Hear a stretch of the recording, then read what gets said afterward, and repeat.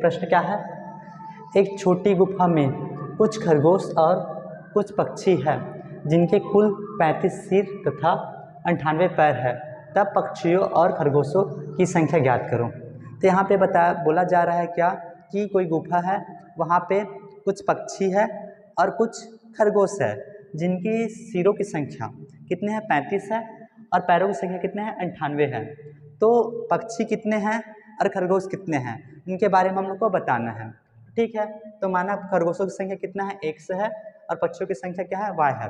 तो प्रश्न अनुसार तो प्रथम कथन क्या कहता है? उनके सिरों की संख्या कितनी है? सिरों की संख्या कितनी है? 35। अब देखो, खरगोश का भी एक सिर होता है और पक्षियों का भी एक सिर ही होता है। ठीक है, तो हम लोग करते थे तो कथन कुल सिरों की संख्या कितने हैं? कुल सिरों की संख्या बराबर कितना है? 35 है। अब खरगोश का भी एक सिर होता है तो X, ठीक है, एक खरगोश प्लस पक्षी की संख्या भी पक्षी का भी कितना होता है? एक ही सिर होता है, तो Y बराबर कितना हो गया? 35 हो गया। इसको मैं लेता हूँ क्या? समीकरण 1। तथा समीकरण दूसरा कथन में बोला क्या गया है? उनके पैरों की संख्या कितनी है? उनके पैरों की संख्या कितनी है? 98 है। कुल पैरों की संख्या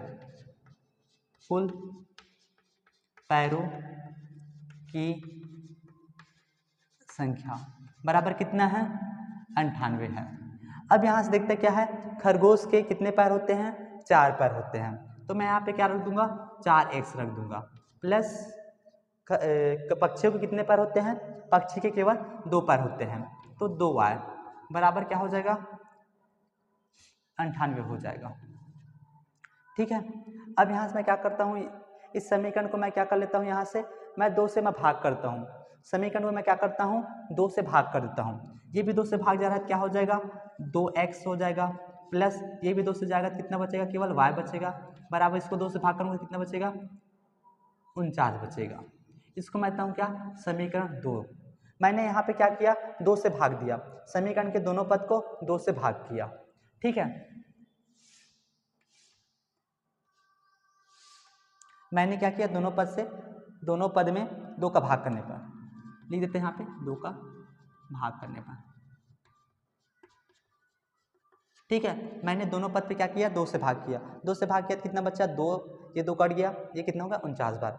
अब समीकरण 2 में से समीकरण 1 को घटाने पर, समीकरण 2 से समीकरण को घटाने पर, समीकरण 2 ऋण समी 1 से समीकरण 2 से मैं क्या करूँगा? समीकरण 1 को घटा दूंगा, तो क्या है मेरे पास? समीकरण 2 क्या कहता है?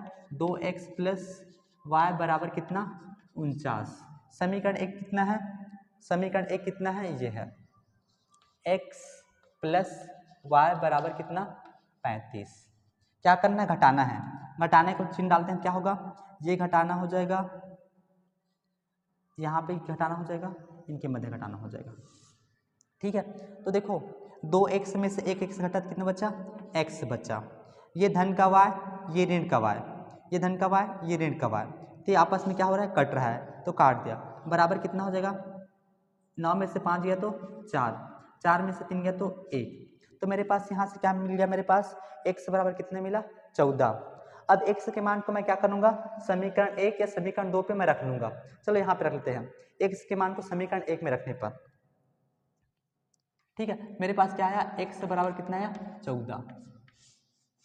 ठीक है, x का मान समीकरण 1 में रखने पर, x का मान समीकरण 1 में रखने पर, ठीक है, x के मान को मैं क्या करूँगा? समीकरण 1 में रख दूंगा, तो x जहाँ पे एक समीकरण 1 क्या है? ये है, तो x बराबर मैं रखा हूँ कितना?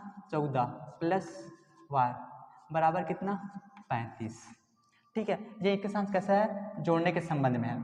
कैसे है? जोड़ने के संबंध में है। इसका मैं पक्षांतर कर दूंगा, तो क्या हो जाएगा? घटाने में चल जाएगा, 35 ऋण 14। ठीक है, तो y बराबर कितना आ जाएगा? 5 में से 4 गया तो 1, 3 में से 1 गया तो 2, तो यहाँ से y का मान कितना आ गया? 21 आ गया। तो हम लोग कह सकते हैं क्या कि उस गुफा में गुफा में x बार 14, तो उस गुफा में कितना है, उस गुफा में कितना खरगोश है, 14 खरगोश है, वह पक्षी संख्या कितना है, 21 है। तो उस गुफा में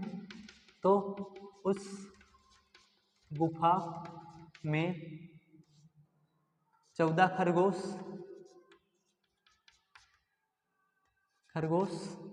व 21 पक्षियाँ है। ठीक है, इस प्रकार से हम लोग क्या कर सकते हैं, समीकरण को हल कर सकते हैं। तो यहाँ से हमको हल करने पर पता चल गया क्या कि उस गुफा में कितने खरगोश है, तो 14 खरगोश है और पक्षी कितने हैं, 21 है।